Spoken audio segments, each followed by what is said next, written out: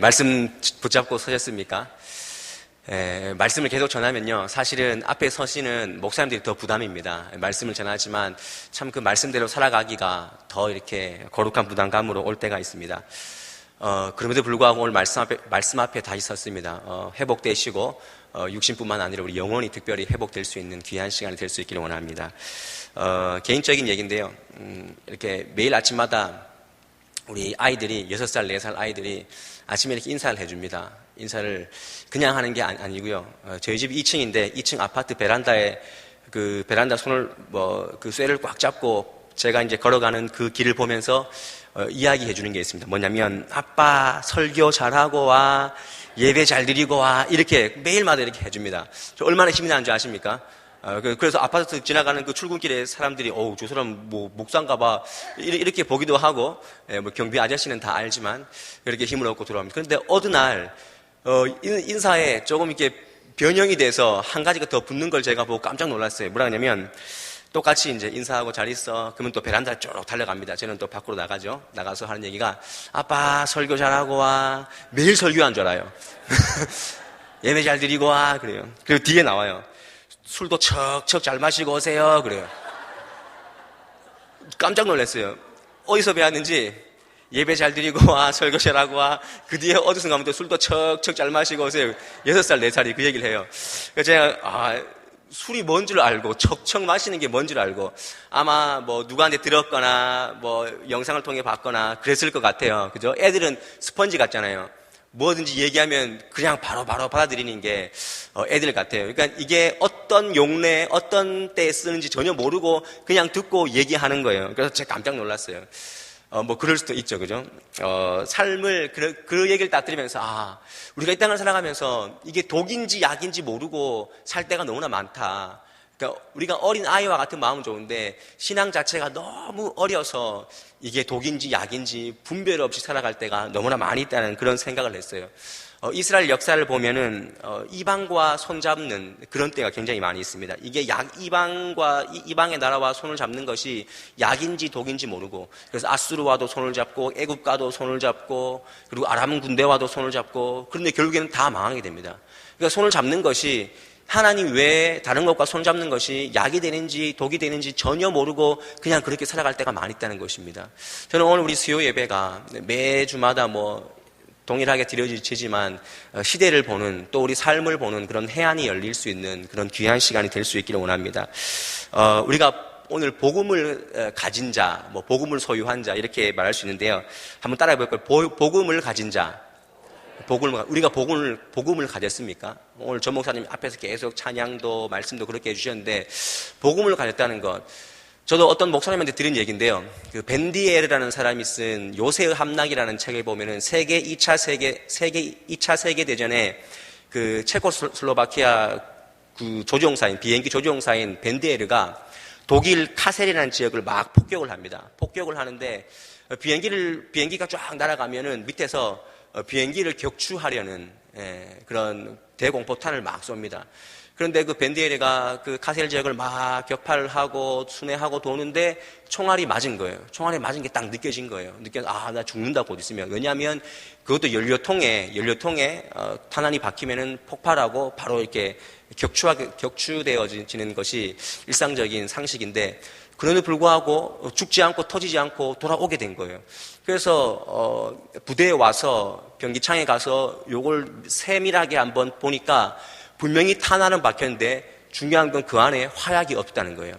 총알은 총알인데 그 안에 화약이 없는 거예요. 그러니까 터지지 않는 거예요. 무려 11발이나 박혔는데 터지지 않았다는 거예요. 그래서 이것이 무엇인가? 그런데 그 총알 안에, 탄환 안에 뭐라고 쪽지가 적혀 있는데, 뭐라고 적혔냐면 지금 우리가 할 수 있는 것은 이것뿐이다. 왜냐하면 2차 세계대전 때는 독일이 굉장히 수많은 전쟁, 또 전쟁이 길어지니까 이 돈이 떨어지는 거예요. 경제력이 약해지는 거예요. 그러니까 총을 쏘는데 그 총 안에 화약이 없는 총알을 계속 쏘아대는 거죠. 그 말씀을 하면서 그런 얘기를 하더라고요. 이 시대가 화약 없는 총알 같다. 예수 그리스도를 믿는 그 신앙인들이 화약이 없는 총알, 날아가긴 날아가는데, 여기서 저까지 날아가긴 날아가는데 폭발적인 능력이 없는 그런 삶을 살아가는 것이 오늘날의 기독교인들이 아닌가, 그런 얘기를 합니다. 여러분들 복음의 능력을 가지고 사십니까? 복음의 능력을 혹시나 상실하지는 않았는지 다시 한번 돌아볼 수 있기를 원합니다. 예수는 믿는다고 하는데 우리 삶 가운데 능력이 없으면 그것은 총알 안에 화약이 없는 것과 똑같은 것입니다. 우리가 그런 것을 회복해야죠. 한국교회가 회복되기 위해서는 우리 안에 복음을 살려내는 것입니다. 오늘 말씀은요, 9장인데요. 9장은 바울 되기 전에 그 사울이 다메섹 도상에서 예수님을 만나고 18장까지는 만났고 19장에서 음식을 먹어서 강건하여졌다라고 얘기를 하는데, 그 다음에 사울이 바로 복음을 받고 복음을 알고 예수 그리스도의 눈을 뜨고 어떻게 변화되었는지 그 사건에 대해서 얘기를 하는 것입니다. 사울은 복음을 소유하고 복음을 가진 자가 되었습니다. 그 세상적으로 큰 자, 사울이라는 그 뜻이 큰 자였는데 바울로 바뀌었지 않습니까? 그것은 작은 자입니다. 하나님 볼 때 얼마나 작은 자인가, 그것을 느끼고 바울이 되고, 또 박해해야 될 그 예수, 박해의 대상인 예수에서 전해야 될 예수로 삶이 바뀌는 그런 시점이 오늘 9장의 자리라는 것입니다. 그 모든 변화를 9장 18절 말씀에는 이렇게 말씀을 하고 있습니다. 우리 9장 18절 말씀 한번 읽어볼까요? 시작. 즉시 사울의 눈에서 비늘 같은 것이 벗어져 다시 보게 된지라. 거기까지 읽겠습니다. 예. 이 말씀 보면 사울의 눈에 비늘 같은 것이 벗겨졌다. 뭐 우스갯소리로 이게 최초의 라식 수술이다, 뭐 이렇게 얘기를 하는데 농담 같은 얘기고요. 물리적으로 눈을 뜨게 되었다는 것입니다. 그런데 더 중요한 것은 영적으로 그의 삶이 눈이 떠지게 되었다는 것입니다. 세상적인 것에서, 세상적인 어떤 시선에서 예수로 시선이 전향되는, 바뀌어지는 그런 모습이 바로 18장의 모습이라는 것입니다. 공문과 칼을 가진 자에서 복음을 가진 자로 바뀌는 순간이 바로 9장의 내용이라는 것입니다. 그렇다면 우리가 오늘 말씀을 통해서 19절부터 우리가 31절까지 쭉 말씀을 읽었는데요.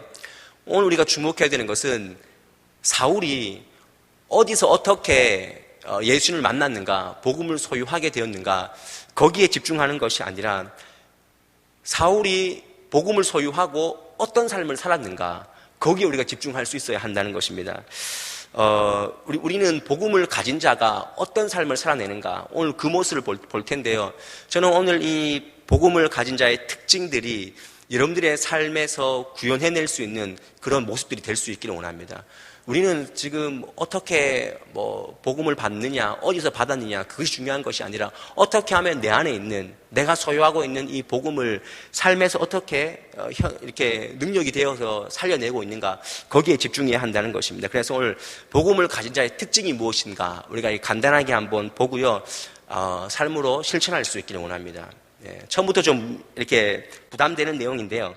여러 가지 사건이 전개되어 있어요. 그런데 첫 번째, 복음을 가진 자의 특징, 사울이 공문과 칼을 가진 자에서 박해해야 될 그 예수에서 복음을 가진 다음에 첫 번째로 해내는 것이 뭐냐면 복음을 전하는 자의 삶을 살아내게 된다는 것입니다. 이것이 복음 받은 자의 반응이라는 것입니다. 말씀을 읽으면서 눈에 번쩍 뜨이는 것이, 이 9장 말씀 안에는 즉시 이런 말들이 굉장히 많이 있습니다. 우리 20절 말씀 한번 읽어볼게요. 20절 말씀 다 함께요. 시작. 즉시로 각 해당에서 예수가 하나님의 아들이심을 전파하니. 그가 눈을 떴습니다. 예수에 대해서 눈을 떴습니다. 눈 뜨고 난 다음에, 복음을 가진 다음에 제일 처음에 한 것이 무엇이라고요? 복음을 전했다는 것입니다. 회당에 가서 예수가 하나님의 아들이심을 전파했다. 쉬운 말로 전도하고 다녔다라는 것입니다.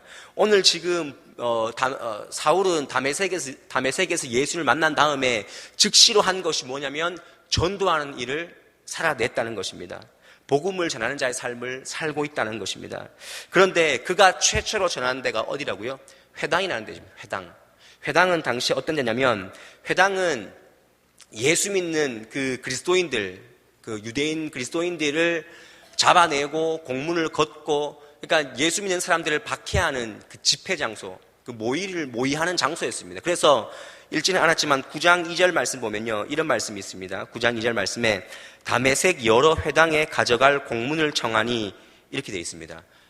사울이 다메섹 여러 회당에 가져갈 공문을 청했다라고 얘기하는 것입니다. 핍박의 모의 장소, 예수 믿는 사람들을 핍박하고 이렇게 모의를 하는 그런 장소가 회당인데 다시 역으로 그곳에 가서 예수 그리스도를 전하는 사람이 바로 사울이라는 것입니다. 핍박의 모의 장소가 바로 복음의 장소로 바뀌게 되었다는 것입니다. 저는 우리 삶이 이런 삶을 살기를 원합니다.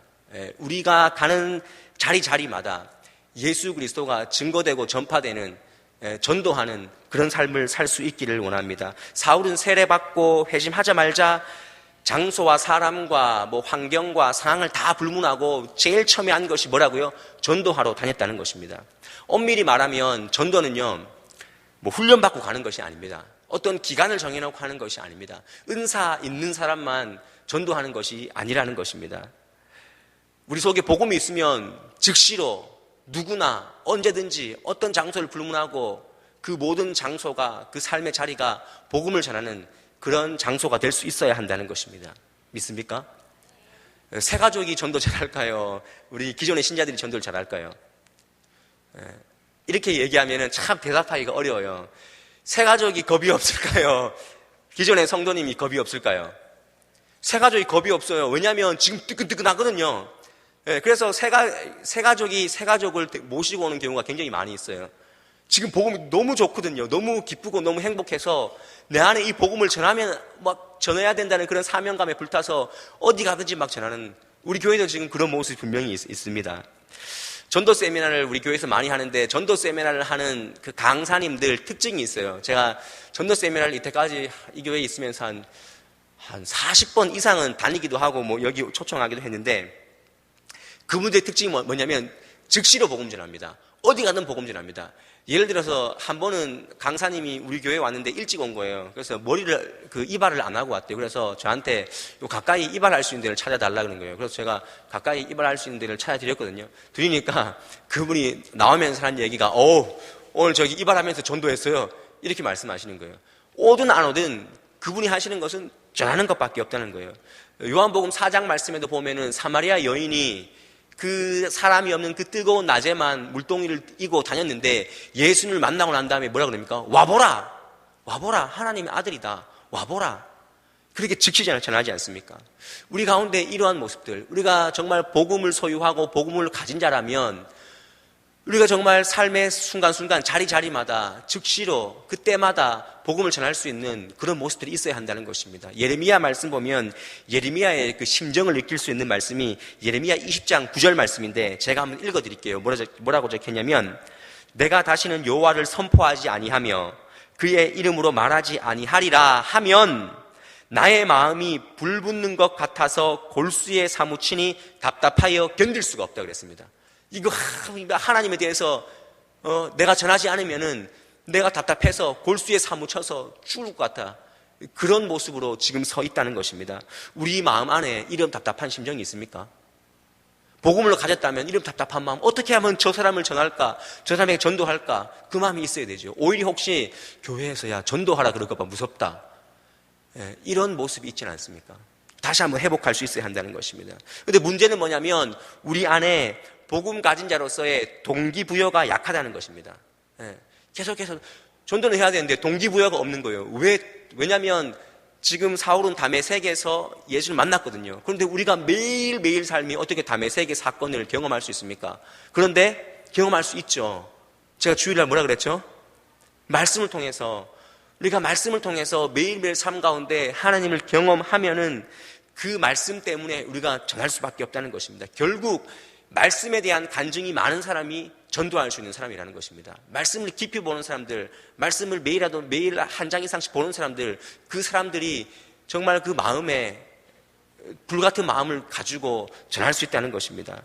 내가 하나님을 어떻게 만났는지에 대한 경험이 없는데 어떻게 예수를 전하겠습니까? 그렇지 않습니까? 전할 동기부여가 전혀 없다는 것입니다.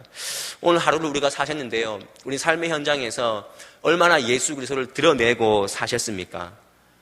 그렇지 못했다면 결국 우리 삶 가운데 간증이 없고 은혜가 없다는 겁니다. 말씀이 없다는 것입니다. 그렇잖아요, 그죠? 그런데요, 전도를 하면요, 전도가 간증을 만들어냅니다. 전도는 간증을 만들어내요. 안산 동산교회 김인중 목사님이 쓴 재미있는 전도라는 책에 보면은 그분도 전도 세미나 많이 하시는데 그분이 그 책에 전도가 처음에는 자기도 어려웠대요. 어려웠는데 전도하면서 이런 생각이 들었대요. 전도를 하면은 계속 거부하고 핍박당하고 그럴 때마다 뭐라고 생각했냐면 나도 예전에 전도 받을 때 저 사람처럼 그렇게 매몰차게 거절했는데 내가 지금 그 대가를 치르고 있구나. 그런 마음으로 전도한다는 거예요.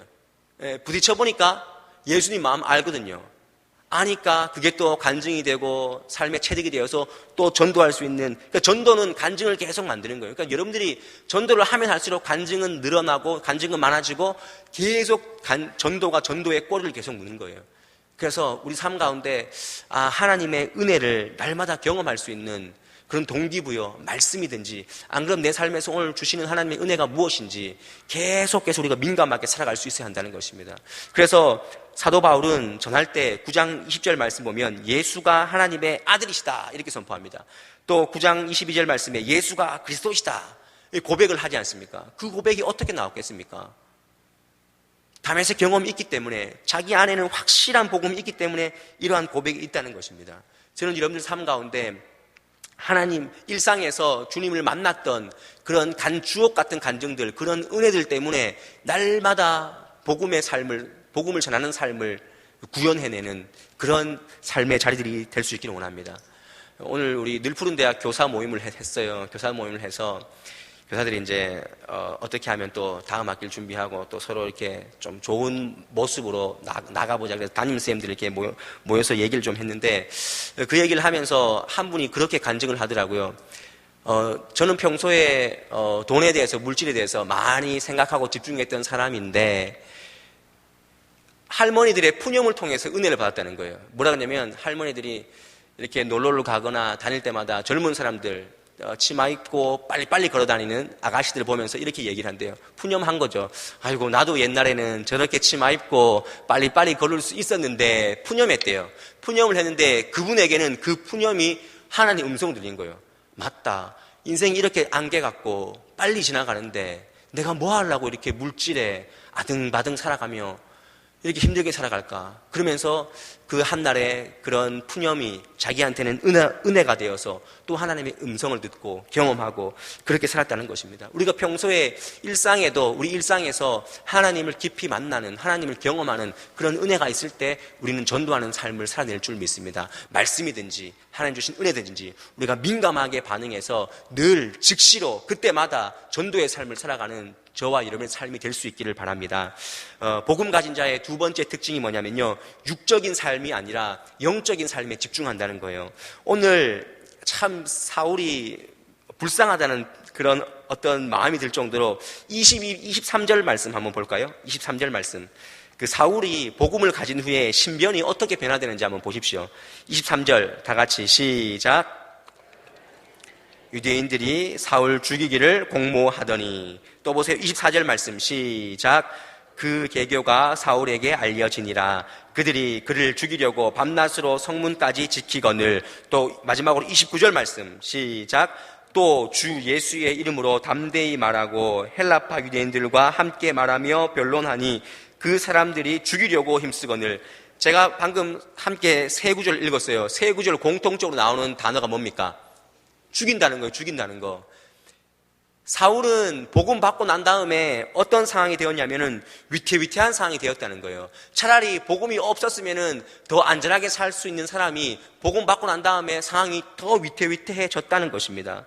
이것이 복음 가진 자의 삶의 위치예요. 우리가 예수를 믿고 있습니다. 예수를 알고 있습니다. 그런데 우리 삶 가운데 얼마나 많은 영적 전쟁들이 많습니까? 복음 가진 자의 삶의 특징이 그것이래요. 예수를 믿으면은 무조건 좋아지는 것이 아니라 영적 전쟁이 많은 거예요. 거센 거예요. 거센 거예요. 하지만 이겨내는 거죠.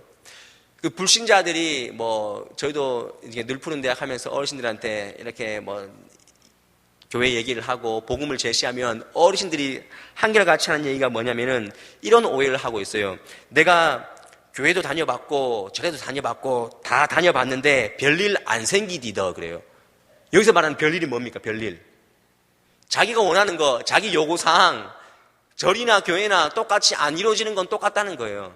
그러니까 이게 복음에 대한 오해죠. 교회 다니면은 안 아프고 형통하고 다 잘 살고 그런 걸로 복음을 받아들이니까 어려워지는 거예요. 사울도 그랬지 않습니까? 사울도 복음 받고 난 다음에 더 어려워진 상황이에요. 막 죽이려고 하는 상황이라는 것입니다. 하지만 예수님께서 우리에게 뭐라고 말씀합니까? 나를 따라오려거든 자기를 부인하고 자기 십자가를 지고 따라오라 그랬어요.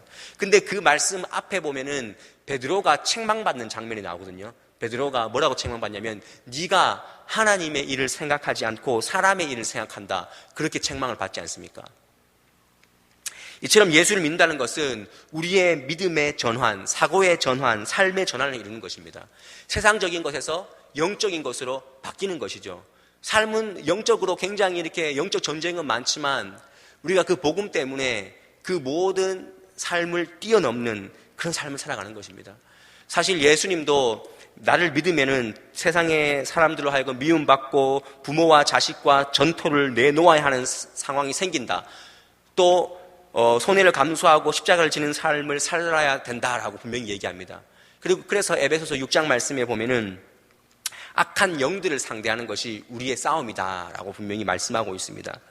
그러나 우리가 복음을 가졌기 때문에 이 모든 사항을 넘어서는 것입니다. 예수가 영생이라는 사실을 알면은 영적인 삶에 집중하는 거죠. 영적 전쟁은 많지만 더 영적인 것에 우리가 집중할 수 있는 것입니다. 그래서 사도행전 12장 뒤로 넘어가서 사도행전 12장 말씀 보면 헤롯 아그리빠가 야고보를 죽이지 않습니까? 야고보를 죽이고 또 누구를 잡죠? 베드로를 잡습니다. 베드로를 잡는데 베드로가 옥에 갇혔을 때 예루살렘 교회가 베드로를 위해서 간절히 기도했다라는 그런 표현이 나옵니다. 그런데 그 옥 안에 있는 베드로도 어떤 상태냐면은 누워 자고 있었다 그랬어요. 다 착고에 매었지만 누워 잤다 그랬습니다. 그래서 천사가 와서 옆구리를 쳐서 깨웠다고 라고 말씀하지 않습니까? 왜 어떻게 이렇게 베드로가 이런 모습으로 설 수가 있습니까? 자기의 육신은 죽을지언정 영은 사는 거예요. 그걸 알았기 때문에 태어나게 잘 수 있었다는 것입니다. 한 번 태어나면 두 번 죽지만 두 번 태어나면 한 번 죽는 거예요. 작년에 강문호 목사님이 여기 와서 그렇게 얘기하지 않습니까? 한 번 태어나는 게 뭡니까? 모태에서 태어나면 두 번 죽는 겁니다. 육적으로 죽고 영적으로 죽는 겁니다. 하지만 두 번 태어나면 모태에서도 나고 또 예수께로부터 나면은 거듭나면은 한 번 죽는 거예요. 육적으로는 한 번 죽지 우리는 영적으로 계속 사는 것입니다. 그러니까 베드로는 그걸 알았던 거죠. 베드로는 그걸 알았습니다. 내 육신이 어떻게 되든 나는 영적으로 산다. 그 영적인 일에 더 집중하는 거죠. 우리가 왜 이렇게 실패하고 죽고 고생하는데 이렇게 너무 연연합니까? 오히려 그런 일에 우리가 태어날 수 있기를 원합니다. 우리는 잠깐 사는 것에 연연하지 않고 영원히 사는 것에 더 집중하고 그것을 위해서 더 잘 준비해야 될 사람인 줄 믿으시기를 바랍니다. 개그에 보면요, 고집불통이라는 개그가 있어요. 개그 콘서트에 보면 고집불통. 아파트 관리 경비원하고 한 남자하고 맨날 싸웁니다. 뭐라고 싸우면 고기 구워 먹어야 된다고. 근데 그 경비원 아저씨가 안 돼. 아파트에서 고기 구워 먹으면 안 돼. 구워 먹으려면 집 문 다 닫고 구워 먹어. 그러니까 뭐 설득을 해도 안 되는 거예요. 막 옥신각신하면 옆에 있던 나이 지긋한 90세 넘은 할아버지가 뭐라 그러냐면 내가 이러려고 이때껏 산 줄 알아? 시끄러워 죽겠네. 이렇게 얘기를 해요. 그러면 죽겠네. 그럼 저승사자가 나와요. 간다 하면 저승사가 나와요. 그러면서 이래요. 아니야. 나 안 죽어. 이렇게 하면서 그 죽음 저승사자가 오면은 그때마다 변명하고 막 이렇게 쇼를 부려서 그 저승사를 다시 밀어내는 그런 모습이 나옵니다. 세상은 육적인 것, 막 죽는 것에 대해서 실패하는 것에 대해서 굉장히 두려워하는 거예요. 하지만 우리 복음을 가진 사람들은 그렇지 않기를 원합니다. 육신의 생각은 사망이라고 그랬습니다. 영의 생각은 평안과 생명이라고 말씀하고 있습니다. 우리는 평안과 생명을 누려야 할 사람들입니다. 아프십니까? 실패하셨습니까? 하지만 우리는 영적으로 계속 살 사람들이고요. 영의 일에 더 집중해야 될 사람들입니다.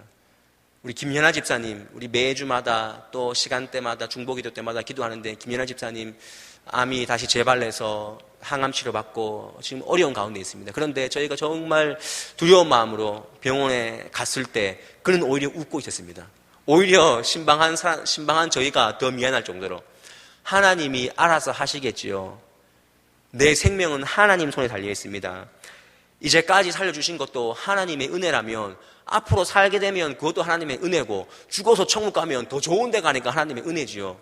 이것이 복음 가진 자의 특징이라는 것입니다. 저는 우리 안동 서부교회 모든 우리 성도님들이 영적인 일에 집중할 수 있기를 원합니다. 복음 가져도요, 어려움 옵니다. 어려움 오지만 우리는 오히려 그것을 통하여서 하나님께 더 가까이 나아가고 영적인 일에 더 집중할 수 있고 그런 사람들입니다. 정말 더 중요하고 위로가 되는 것은요, 이게 세 번째인데요, 복음을 가진 자의 특징은 망하지 않는다는 것입니다. 이게 마지막인데요. 본문에서 사울이 회심하고 복음을 소유한 뒤에 많은 사람들 당혹하게 하고 당혹스럽게 하고 죽임을 이렇게 위협까지 당하게 됩니다. 그런데요, 어떤 일이 일어나냐면은, 자, 25절 말씀 한번 볼게요. 25절 말씀. 우리 25절 말씀. 다 같이 읽습니다. 시작. 그의 제자들이 밤에 사울을 광주리에 담아 성벽에서 담아 내리니라. 담에색에서 자꾸 전도하니까 사람들이 야, 저 사람 죽여야겠다. 안 되겠다. 그러니까 제자들이 밤에 광주리에 담아 성벽으로 담아 내렸다 그랬어요. 30절 말씀. 30절 말씀. 시작. 형제들이 알고 가이사랴로 데리고 내려가서 다소로 보내니라. 뭐냐면 예루살렘에 사울을 데리고 갔어요. 데리고 가니까 또 그 안에서 또 복음을 전하게 된 거예요. 복음을 전하게 되니까 또 사람들이 그를 죽이려고 했다는 거죠. 그때 형제들이 알고 가이사랴로 그를 보냈다. 가이사랴로 데리고 내려가서 다소로 보냈다. 이런 말씀이 나옵니다. 이 말씀이 뭡니까?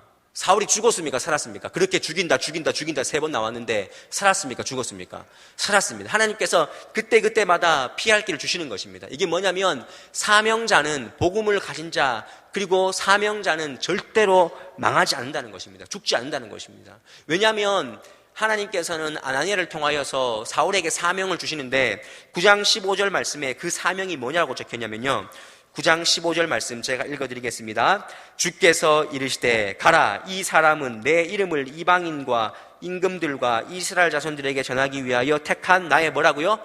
그릇이다. 이방인들에게 내 이름을 전할 택한 그릇이다 라고 분명히 얘기하고 있습니다. 그의 서신 가운데 그가 얼마나 어려움을 당했다라고 말하는 그런 구절들이 많이 있습니까? 고린도 후서 11장 말씀 보면 그는 동족의 위협과 옥의 위협과 돌에 맞고 매도 맞고 파선당하고 물의 위험, 강도의 위험, 여러 가지 위협이 있었습니다. 그러나 그는 죽었습니까? 살았습니까? 살았습니다. 언제까지 사냐면은 로마에 가서 복음을 전할 때까지. 그의 사명이 끝나지 않으면 그는 죽지 않은 것입니다. 그의 사명이 끝나면 죽는 것입니다. 그러면 목사님 12장에 야고보는 먼저 죽었지 않습니까? 야고보의 사명은 거기까지입니다. 우리 각자의 사명이 다 다릅니다.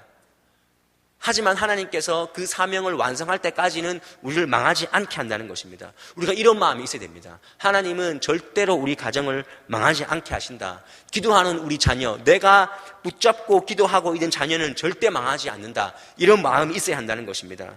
오늘 이 밤에 우리가 기도할 때 사울을 하나님께서 그 어려움과 환난 가운데서 피할 길을 열어주신 것처럼 하나님께서 오늘 우리 각 가정의 삶 가운데 피할 길을 분명히 열어줄 줄 믿습니다.